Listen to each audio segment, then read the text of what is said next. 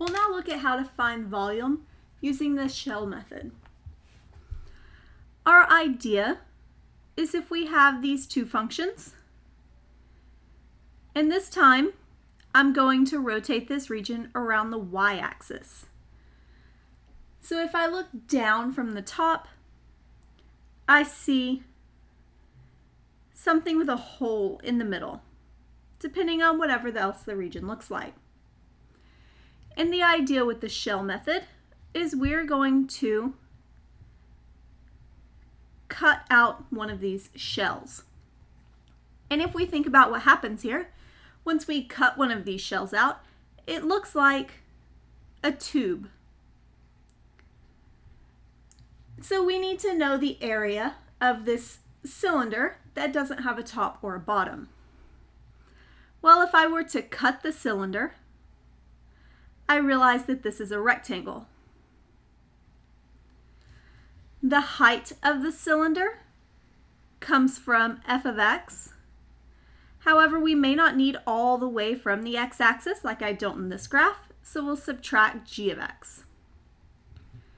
As far as the base, this is the circumference of the circle of our cylinder. And since we put the origin dead center of this cylinder, the circumference or the radius will be x. So we have 2 pi x. Therefore, the idea is if we want to rotate around the y-axis, the volume will be given by the integral from a to b of 2 pi x times f of x minus g of x dx. And this is another method other than the disc or washer method that we can use.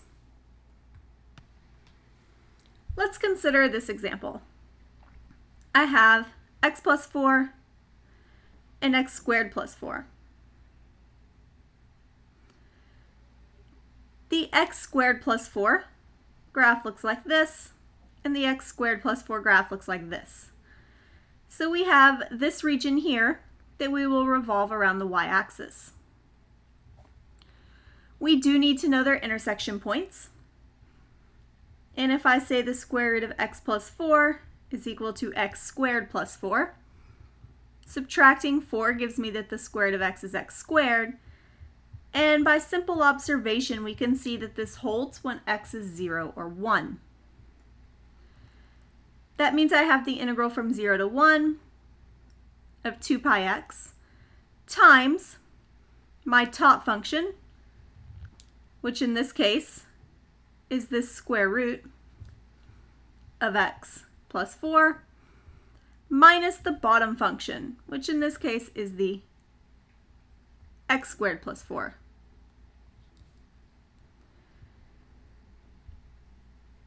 Simplifying this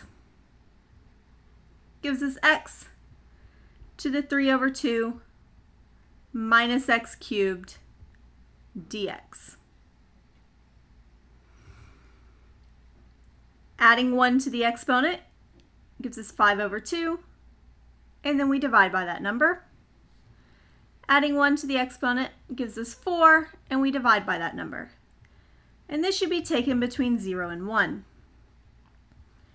If I try to evaluate at 1, I get 2 over 5 minus 1 over 4.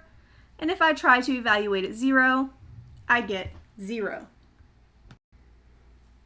Evaluating and simplifying this gives us that the volume is then 3 pi over 10.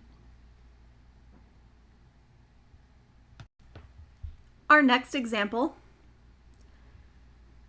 we have the line 3x minus 2 and the line 6 minus x. And we know we need x equal to 0 as well, which is our y-axis. Therefore, I have this region here that I will be revolving around the y-axis. I know that one of my boundary points is 0. The other one happens when these functions are equal. Adding x to both sides and adding 2 to both sides gives me 4x is equal to 8.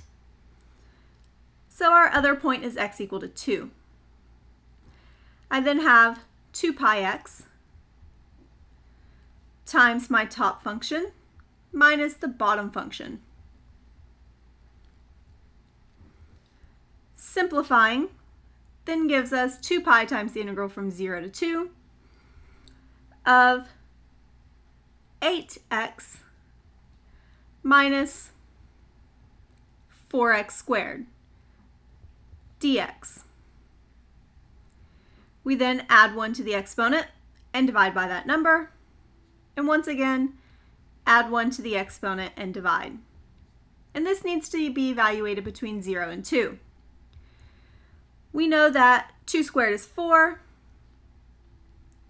and 2 cubed is 8. And if I evaluate at 0, I get 0. Simplifying then gives us 32 pi over 3.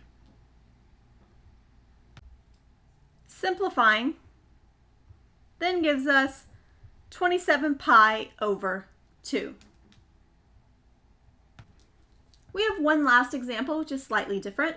I have this function x equal to y times 4 minus y and x equal to 0, and this time we'll revolve around the x-axis. Since we're going to be revolving around the other axis, we need to integrate with respect to y rather than x. Luckily, our function is already in terms of y, so that will be very helpful. We have the integral of 2 pi y of my left function, which is the y, 4 minus the right function, which in this case is just 0, dy. We also need to know our bounds, and this is going to be when our function here is equal to 0. Since it's already factored, we can see that the roots are 0 and 4. We can then simplify to get 2 pi times the integral from 0 to 4 of 4y squared minus y cubed dy. Adding 1 to the exponent gives us 3, and then we'll divide by 3. For the second term, we add 1 to get 4, and then divide by 4. And here we need to evaluate between 0 and 4. So we have 4/3 times 4 cubed minus 1/4 times 4 to the 4th. And when we evaluate at 0, we get 0. Simplifying this then gives us 128 pi over 3.